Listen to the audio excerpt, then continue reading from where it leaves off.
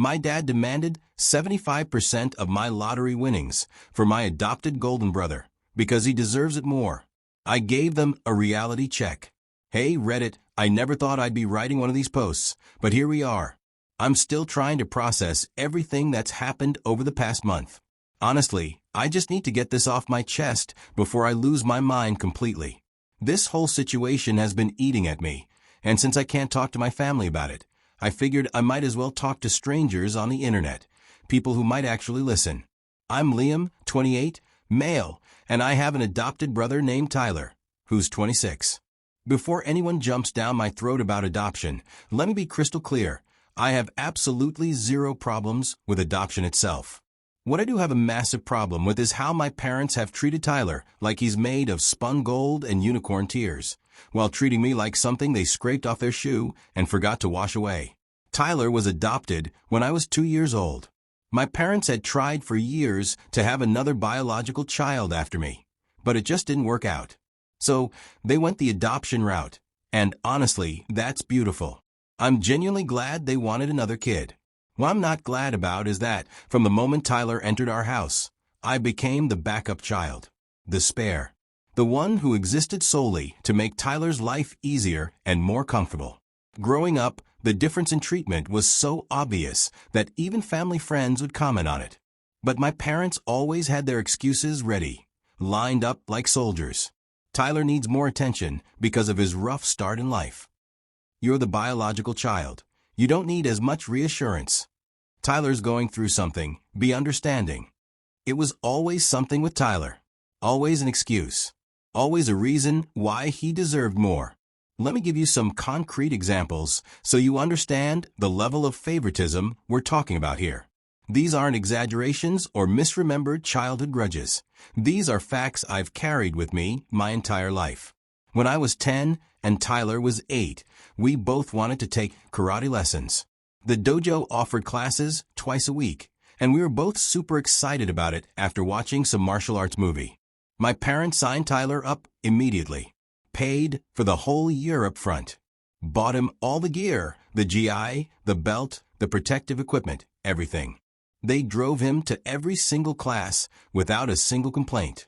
When I asked if I could join too, they said the family budget was tight and maybe next year. Tyler quit karate after 3 months because he wasn't feeling it anymore. Moved on to the next thing. Next year never came for me. When I brought it up again at 11, my dad told me I'd missed the window and should focus on school instead. When I was 12, I wanted a bike. Not a fancy one, just a regular bike so I could ride around the neighborhood with my friends. My parents said bikes were expensive, maybe for my birthday. Tyler got a brand new mountain bike that Christmas. Top of the line. When I pointed out that I'd asked first, they said Tyler was smaller and needed a bike more for exercise. I never got that bike. In high school, I busted my ass to maintain a 3.9 GPA while working part-time at a grocery store, bagging groceries and stocking shelves to save for college. I worked every weekend and most weeknights after homework. Tyler barely scraped by with a 2.3 GPA, spent most of his time playing video games in the basement, and had never worked a day in his life. My parents never pushed him to get better grades or find a job. They said he was finding his path, that school isn't for everyone, and that they didn't want to pressure him. When I got my driver's license at 16, my parents gave me a list of strict rules. I could only drive to school and work. No friends in the car. Home by 10 p.m. on weekends. Any violation meant losing my driving privileges. When Tyler got his license at 16, he got his own car, a used Honda Civic my parents bought specifically for him. No rules, no curfew. He could drive wherever and whenever he wanted. When I pointed out the double standard, Dad said I was building character, while Tyler needed independence to grow. Guess who got the big graduation party with all the extended family invited, catered food, a DJ and gifts? Tyler. When I graduated 2 years earlier with honors and several scholarship offers, we went to Olive Garden, just the 4 of us. My dad complained about the prices the entire time, making pointed comments about the breadsticks and how expensive the pasta was. I remember sitting there thinking this was supposed to be my celebration, but somehow it still felt like a punishment. College was where things really crystallized for me, where I finally understood this wasn't going to change, that this was how things would always be. I got into a decent state school with some scholarships, but I still needed loans for the rest. My parents contributed exactly zero to my education. "You're smart, you'll figure it out," my dad said when I asked if they could help at all. "Besides, you've got that job at the store. You'll be fine." Tyler, on the other hand, had his entire college experience paid for by mom and dad, and not just tuition.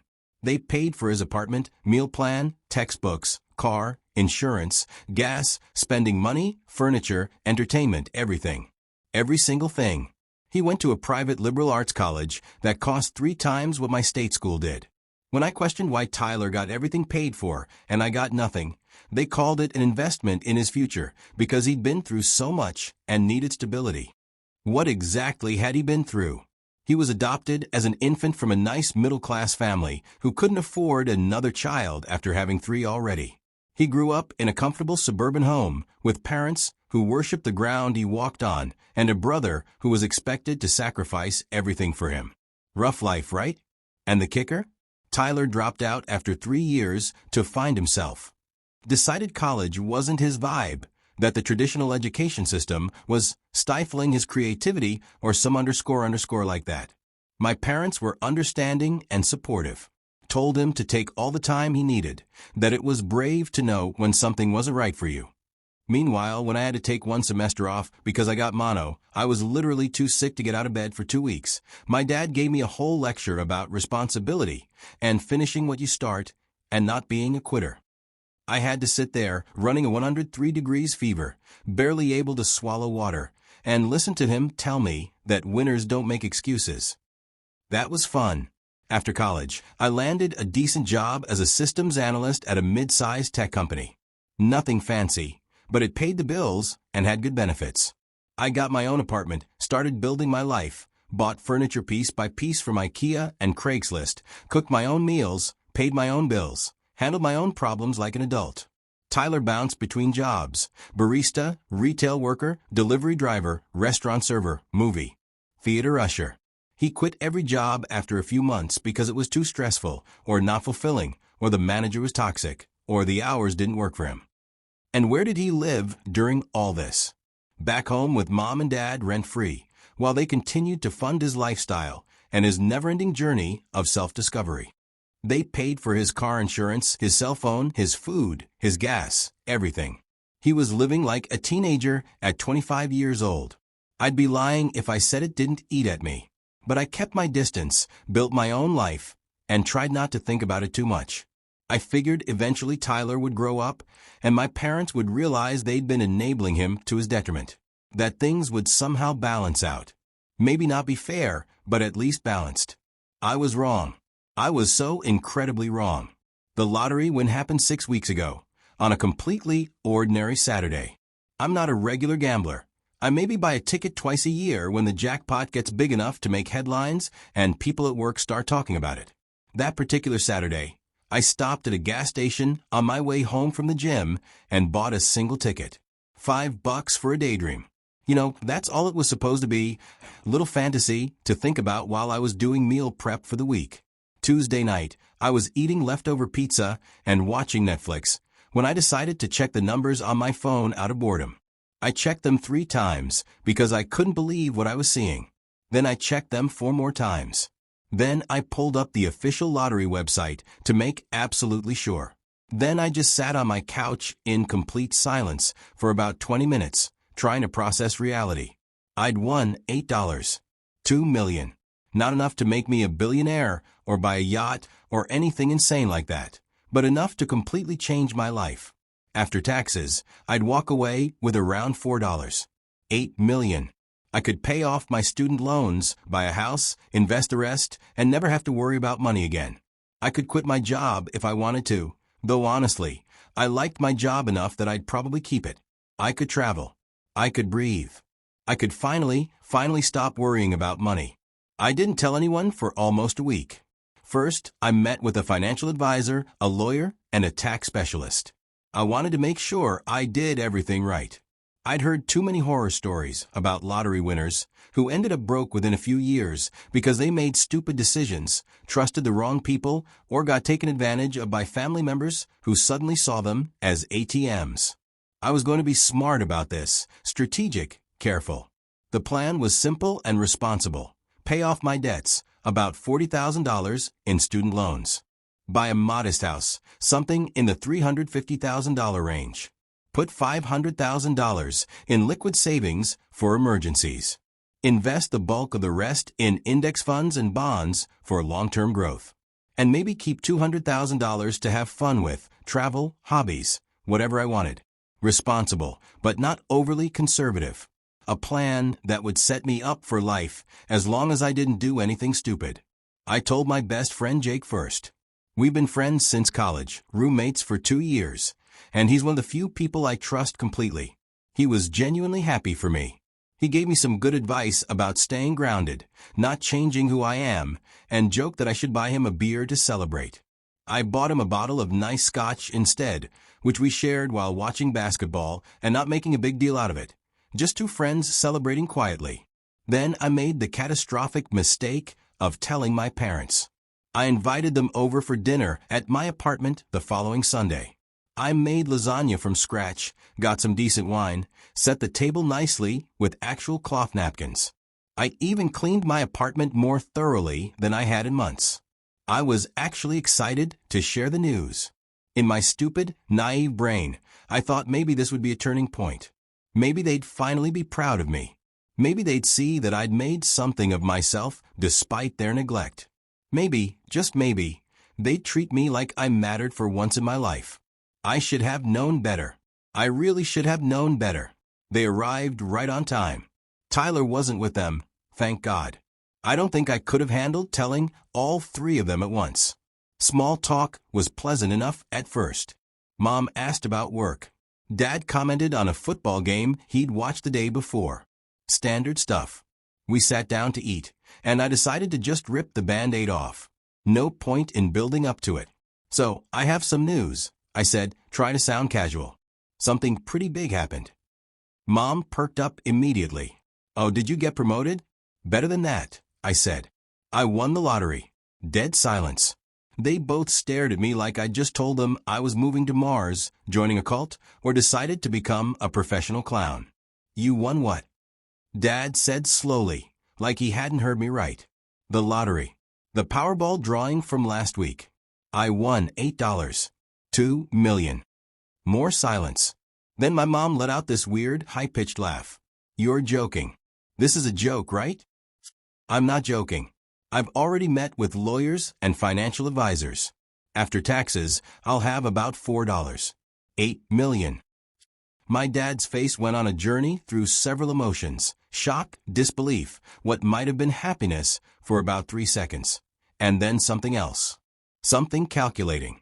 Something that made my stomach turn. That's incredible, Liam, Mom said, but her voice was strange. Tight. Off. What are you going to do with it all? I explained my plan, pay off debts, buy a house, invest most of it, keep some for fun. They nodded along, but I could tell they were both thinking something. I just didn't know what yet. The dinner conversation turned stilted and weird after that. They kept exchanging these looks. We finished with awkward small talk about nothing important. They left shortly after, claiming they were tired and had an early morning. I thought the whole thing was anticlimactic and kind of disappointing, but whatever.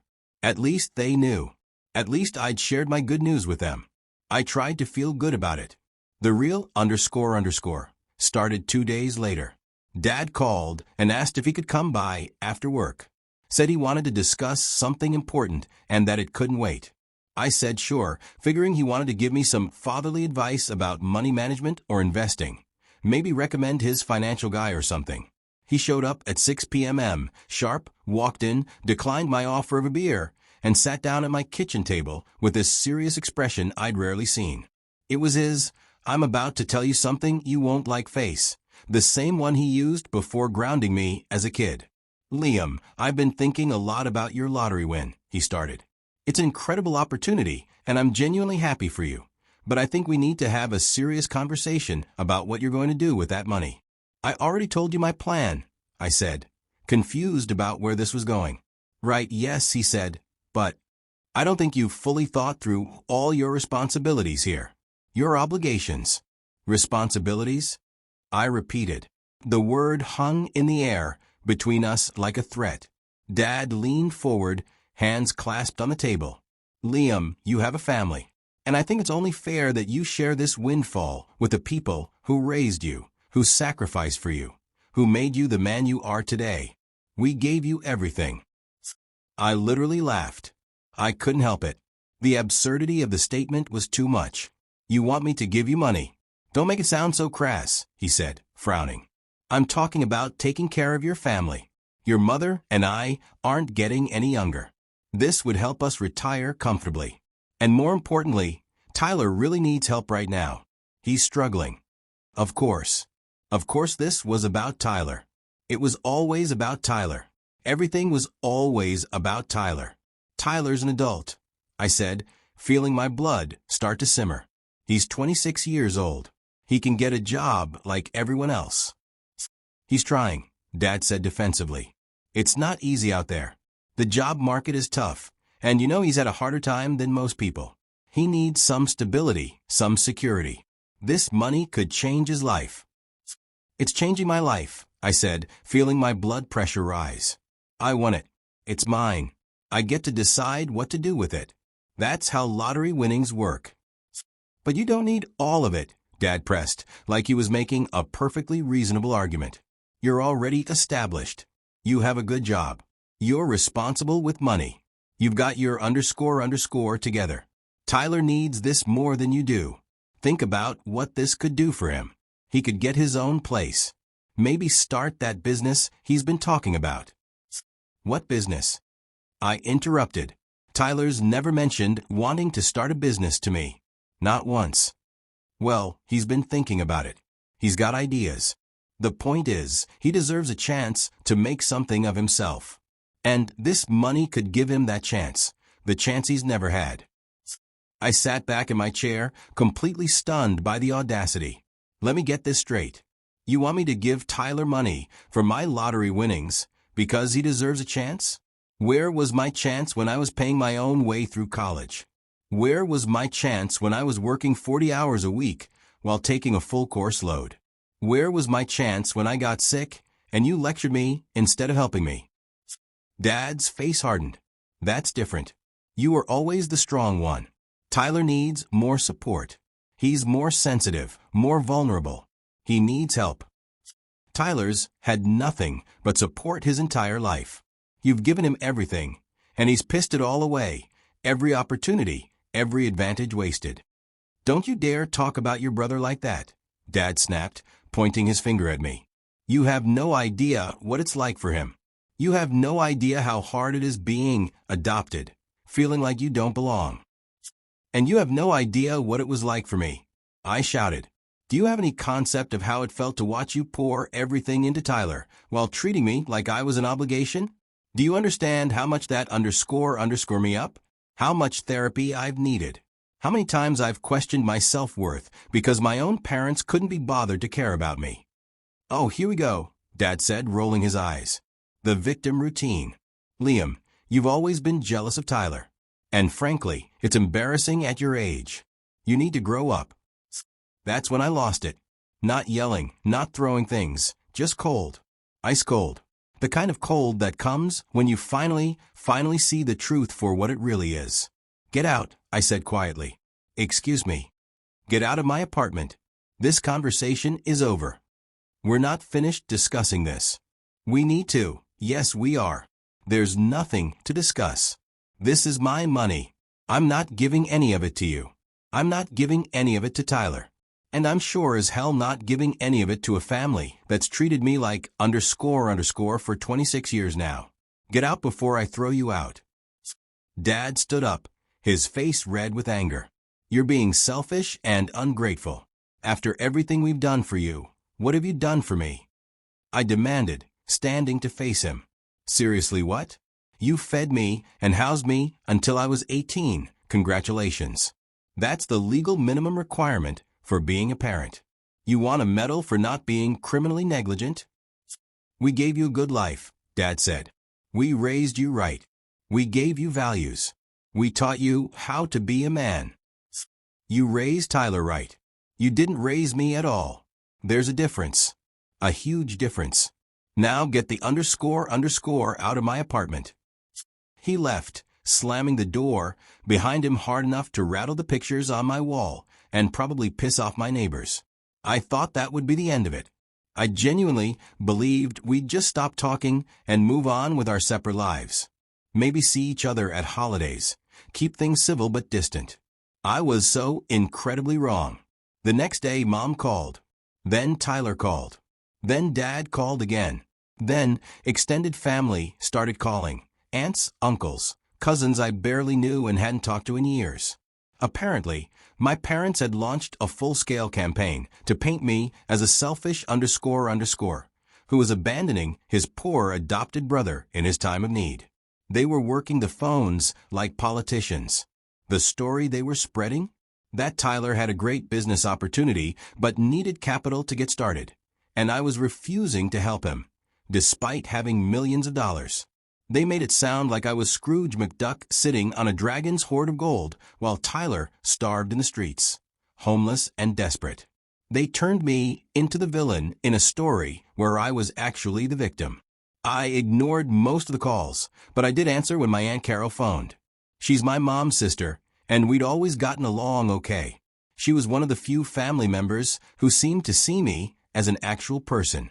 She started with the gentle approach. Liam, honey, I heard about your lottery win. That's wonderful news. Congratulations. Thanks, Aunt Carol. Your parents are pretty upset, though. They say you won't help Tyler out. That doesn't sound like you. That's not what's happening, I said. They want me to give Tyler a huge chunk of my winnings. Dad didn't specify an amount at first, but I'm guessing it's substantial. Way more than just helping out. Well, I mean, Tyler is your brother. Don't you want to help him succeed? Carol, let me ask you something, I said. If you won the lottery, would you give most of it away to someone who'd been favored over you your entire life? Someone who's never worked for anything, never suffered a real consequence, and whose parents paid for everything while you got nothing. Would you? Silence on the other end. I could hear her breathing, thinking, processing. I didn't think so, I said. Look, I'm not a monster. But I'm also not a bank. And I'm not going to fund Tyler's lifestyle just because my parents think I should. That's not my responsibility. It never was. Carol sighed deeply. I hear what you're saying. Your parents definitely played favorites. Everyone could see that. Everyone in the family knew. But maybe this is a chance to be the bigger person, to show them what real family looks like. Why do I always have to be the bigger person? I asked. Why can't Tyler be the bigger person and get his underscore together? Why can't my parents be the bigger people and apologize for 26 years of treating me like an afterthought? Why is it always on me to fix things? Why am I always the one who has to sacrifice? She didn't have an answer for that. The call ended awkwardly with her saying she loved me but needed to think about things. The harassment continued for another week. My dad left increasingly angry voicemails, his voice getting louder and more aggressive with each one. Tyler sent me long text messages about how I was ruining his life, how he'd always looked up to me, news to me, and how could I be so cruel to him when he needed me most. Mom tried the guilt trip angle, talking about family loyalty, how disappointed she was in me, and how she didn't raise me to be this selfish. She even sent pictures from when we were kids, trying to remind me of better times. I blocked all of them, changed my number, only gave the new one to people I actually trusted. Then things escalated in a way I never saw coming. My parents showed up at my apartment unannounced one evening around 7 p.m. I made the mistake of answering the door, thinking it might be a delivery or one of my neighbors. They pushed their way in before I could stop them. Dad's face had that expression he used to get when he was about to lay down the law, like when I was a kid and about to get grounded. Mom looked like she'd been crying, which I suspected was performance art designed to manipulate me. We need to settle this, Dad announced. standing in my living room like he owned the place. We're not leaving until we do. Then I'll call the police for trespassing, I said, pulling out my phone and actually dialing 911. Don't be ridiculous, Mom said. We're your parents. We're not trespassing. This is family business. Put the phone down. You are when I don't want you here. Leave now, or I'm making the call. I'm not kidding. Dad held up his hands in a placating gesture. Fine. Let's all calm down. We just want to talk. Have a reasonable conversation about this situation, like adults. Just hear us out. There's nothing to talk about. There's plenty to talk about, Dad said. Liam, your mother, and I have discussed this at length, and we've come up with what we think is a fair solution, a compromise that works for everyone. We're asking that you give Tyler 75% of your winnings. I actually laughed, a real, genuine laugh of disbelief. 75%? Are you out of your _ mind? Hear me out, Dad continued, like he was being totally reasonable. You keep 25%, which is still over $1 million after taxes. That's more than enough for you to pay off your debts and buy a nice house, more than most people ever have. Tyler gets 75%, which he desperately needs to start his life over, to get on his feet, to finally have a chance. It's the fair thing to do. How is that even remotely fair? In what universe is that fair? Tyler deserves it more, Dad said flatly, like he was stating an obvious fact. He's had a harder life than you. He needs this money more than you do. You're already successful. You already have everything. You don't need millions of dollars. Tyler does. He deserves this chance. I want it. It's mine. Tyler's had every advantage handed to him his entire life, while I had to fight for scraps. And you want me to give him 3/4 of my money because he deserves it more? Based on what? Based on the fact that you love him more? Based on the fact that he's your brother, Mom said, her voice trembling with what I'm sure she thought was emotion. Based on the fact that family takes care of each other. Based on the fact that you've always had it easier than Tyler, and you're too selfish to admit it. You've always been the lucky one. That's when something inside me broke, the last thread of hope that maybe, somewhere deep down, my parents actually loved me, snapped clean in half. I've had it easier? I said, my voice deadly calm. Let me tell you how easy I've had it. When Tyler wanted karate lessons, you paid for a full year up front. When I wanted to join too, you said we couldn't afford it. When Tyler went to college, you paid for everything, tuition, housing, food, car, insurance, spending money. I got nothing. Not a dime. When Tyler dropped out, you supported him. When I took one semester off because I was literally too sick to function, you lectured me about responsibility. When Tyler got a B on a test, you celebrated. When I got straight A's, you said I should have studied harder to get that scholarship money. That's not, Mom started. I'm not finished, I cut her off. Tyler lives with you rent-free at 26 years old. I moved out at 18 and never asked you for a cent. Tyler's never held a job for more than 4 months. I've been continuously employed since I was 15. Tyler's entire existence has been subsidized by you too, while you've treated me like I should be grateful you even kept me around. You've probably spent $200,000 on Tyler in the past 8 years alone. I've gotten nothing but criticism and disappointment. And now I win money, my money that I won with my dollar, that I earned through my luck. And you want me to hand 75% of it to Tyler because he deserves it more? Because he needs it more? Where was Tyler when I needed anything? You're twisting everything, Dad said. You're making us sound like terrible parents when we've done nothing but love both of you. I'm stating facts, I said. Facts you've both been in denial about for 26 years. You adopted Tyler, and that's great. I'm genuinely glad you did. But you didn't need to destroy me in the process. You didn't need to treat me like I was worthless just to make him feel valued. You could have loved both of us. Other families do it. Why couldn't you?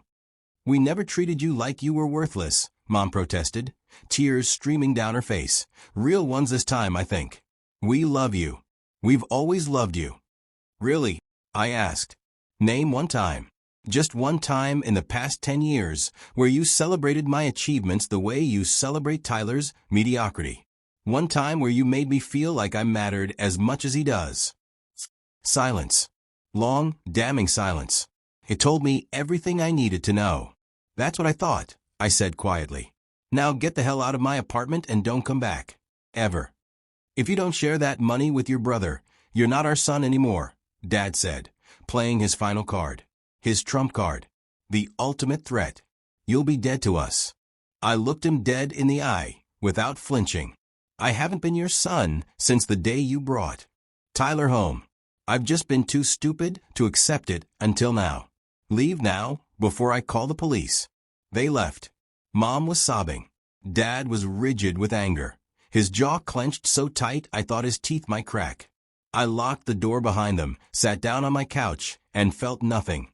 Just emptiness where my family used to be. It should have hurt more.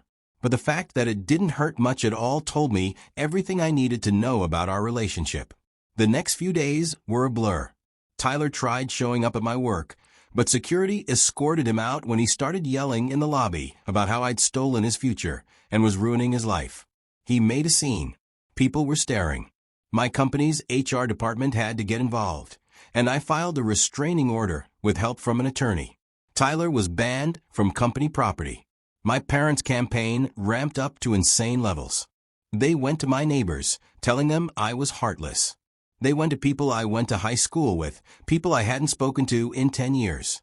They went to anyone who would listen. They painted me as a greedy, heartless person who'd abandoned his disadvantaged brother. Some people bought it. Some didn't.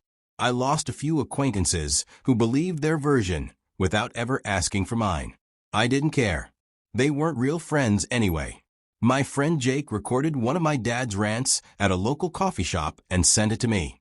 Dad was sitting at a table with 3 other people, telling them about how he'd raised an ungrateful son who won millions and wouldn't share a penny with his poor adopted brother, who'd been through so much trauma and needed help to get started in life. He made himself sound like a saint and me sound like a monster. That's when I decided to fight back. Really fight back. I made a Facebook post. I rarely use social media, maybe check it once a month, but I knew this would get around. It would spread. It would reach everyone who needed to see it. I detailed everything. The favoritism, the unequal treatment, the financial disparities, all of it. I included specifics. Amounts paid for Tyler's education versus mine, 0 versus $120,000 plus. The different standards we were held to, the pattern of enabling versus neglect. I explained the lottery win and my parents' demand that I give Tyler 75% of it, because he deserves it more. I ended the post with, I don't owe anyone an explanation for what I do with my money. But since my parents have decided to publicly smear me and lie about our family history, here are the facts, all of them. I'm not the villain in this story. I'm just the son who finally got tired of being treated like he doesn't matter. This is my money, my life, and my choice. I'm done apologizing for existing. The post went nuclear. Within 24 hours, it had been shared over 500 times. Family members started reaching out. Some to apologize for believing my parents' lies, some to share their own stories of the favoritism they'd witnessed over the years, and some to tell me they'd always thought my parents' treatment of me was wrong, but didn't know what to say or how to help. My mom's sister, Carol, called me crying and apologizing.